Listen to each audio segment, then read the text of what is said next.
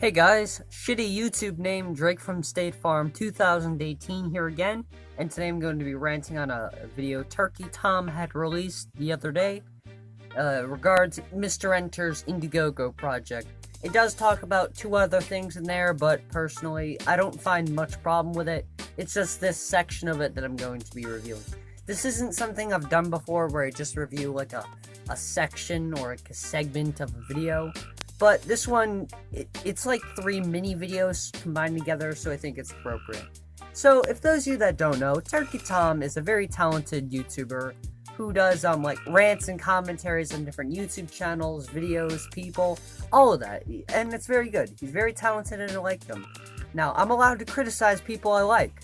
Just because I have a disagreement with him doesn't mean I don't like Turkey Tom. I expect Turkey Tom to be smart enough to know this, because he's quite an intelligent and reasonable person. I'm just talking about, the fans who are stupid. Now, I'm not saying all Turkey Tom's fans are stupid, because I would literally be calling myself stupid. But if you're one of those people that literally goes on any video about Turkey Tom in a negative way, and just immediately dislike it and spam it and troll it, I think that Turkey Tom is pretty much going to disvalue from his fan base, because I'm sure he wouldn't want that associated with his name, now would he? He'd be accused of witch hunting, so you'd be hurting yourself and Turkey Tom by doing that for being unreasonable. So think before you act, you fucking moron.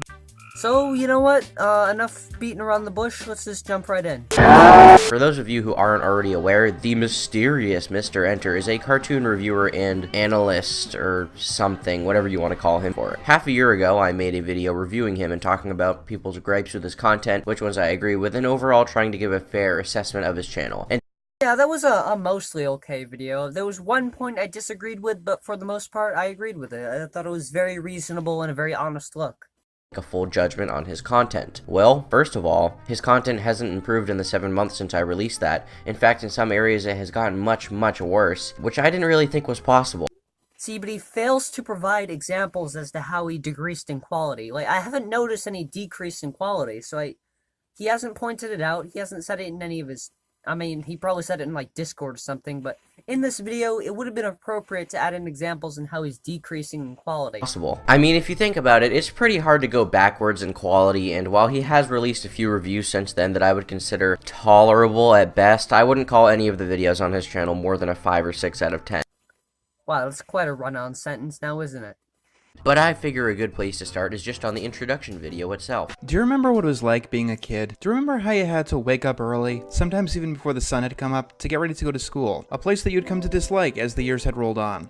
A place where they put information in your head that you couldn't care less about. Your only reprieve during the day was a brief bit of recess, which was a luxury that was ripped away little by little, as they wanted to prepare you for more and more tests. In these times, it felt like imagination was all that you had to carry you forward to the next day. You were able to make the world so much more exciting in your head. You'd be thinking of schools for learning magic over math. Those dishes that you hated cleaning, they'd become the centerpiece of a game of baseball. And that bedtime that your parents saddled you with, what if that was their bedtime? Then maybe you'd think, what if you were the one in charge?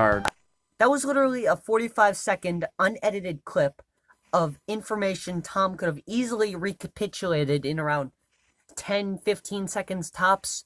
What was that? Why did you have it play for so long? All you had to do was give a brief synopsis of it. I'm sure you know the basic concept of going around. You didn't have to actually play the trailer. You could have just played some of it and then narrate over it and say what he's saying. It's just summarizing. Well, personally, if I was in charge, I would probably start up my team of minority hunters. Ha!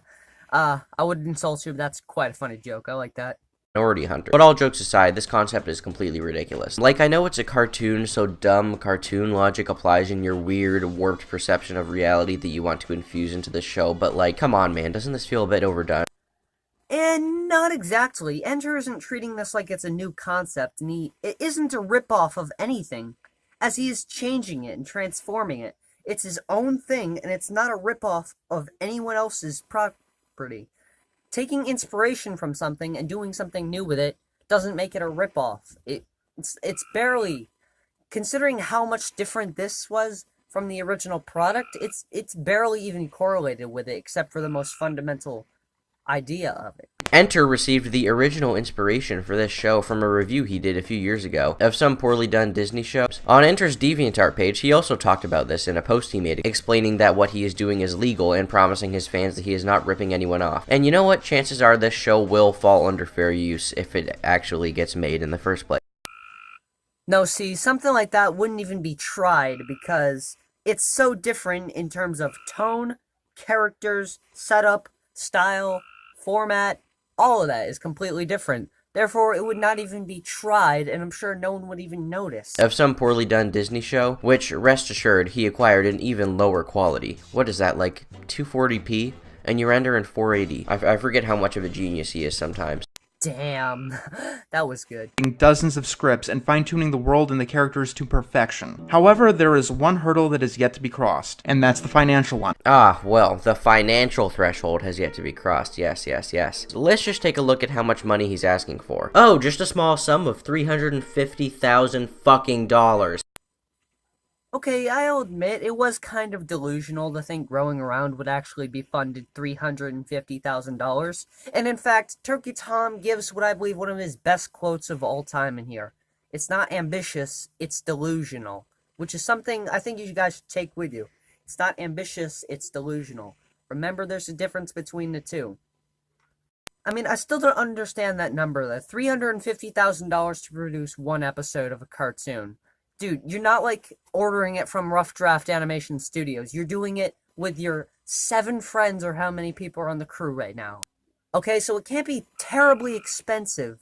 I mean, most web cartoons nowadays are quite not expensive and still have television animation quality. There is no real reason as to why it should cost $250,000 according to your pie chart here, just for the animation. When you constantly point out in a lot of your videos that this short here I'm showing called Elephant's Dream was animated entirely in free software. I literally don't see why this cartoon should cost more than a couple $1,000s, honestly. Josh Brown left a comment on his IndieGoGo page saying, "I'm glad you seem to have a realistic budget. Realistic budget. Realistic budget." He's saying realistic budget as in it's going to actually supply what he wants to do. Because he's saying, if you look later in it, that many IndieGoGo projects and Kickstarters don't actually put a high enough goal. Therefore, they're not going to be able to actually do what they were promised. Growing Around is a series that isn't going to be afraid of touching any issue. Topics of sexuality, gender, existential crisis, cultural identity, death, regret, they will all be subjects of episodes. Oh, well, it's good to see that our little Asperger asexual white boy can speak about all of these issues like being gay, because he's gay. You're implying that Enter can't possibly understand what gay people might struggle through because he's asexual. It is very likely he'll be able to nail it and actually understand it. I'm sure not every single person on BoJack Horseman on the writing staff is depressed, but they still manage to nail it. So, just because you aren't the thing you're writing doesn't mean you wouldn't be able to do it well. The reward perks for Enter's IndieGoGo are pretty lackluster as well. Not horrible, really, and if you're willing to pay the money to receive virtually nothing, then that's your choice, I guess. I mean, hell, who could resist paying money to receive such rewards as $50 for a signed poster? No, you're not paying $50 for a poster. If you just click on the fucking item and looked at the details, it says that you're actually, when you're spending that $50, you're getting the poster, the soundtrack, and everything that came before it, those trading cards and everything. It's not just paying $50 for a poster. So maybe if you'd bothered to click on it and look at the details, maybe, yeah. Now that we've taken a look at the video and the IndieGoGo page, let's take a look at some of the artwork. So this is supposed to be Sally's room. Not sure who Sally is. Were you not paying attention to the video?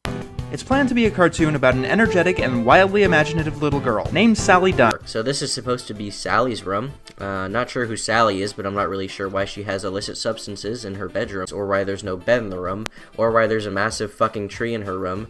Turkey Tom, I hate to break it to you, but it's pronounced room, not rum. It's not rum. Where are you getting rum from room? Look at it. R-O-O-M. Room. Not rum. God. See, the idea was that adults never were in charge. Therefore, everything that's there was built by kids. So they're trying to make it fun and imaginative. That's why there's a tree there. and that's why there's no roof, and that's why a hammock is their bed. Next door. This is the poster that Enter made for it. It looks unique, I guess. Is this show about recycling? Ha! Ha! Yeah, see, another good quip there. That's what I love about Turkey Tom. He just comes out of nowhere with these quips. Okay, so we ended the segment there with this guy who has a freaking Z at the end of his name for some reason. It's just stupid looking. I don't like this guy at all. But yeah, that's all I wanted to review. I hope I gave more constructive criticism and a pretty good analysis of it. Turkey Tom probably isn't going to even see this video unless I link it to him or something, which will probably be like, no, I'm not going to watch it. And at best, he's probably going to leave a comment down below saying, you're gay or something. Thank you so much for watching. Sorry if that sounded like begging. Yeah, and also sorry for the lack of jokes. I've been kind of running empty. So yeah, thank you so much for watching, and I'll see you guys next time.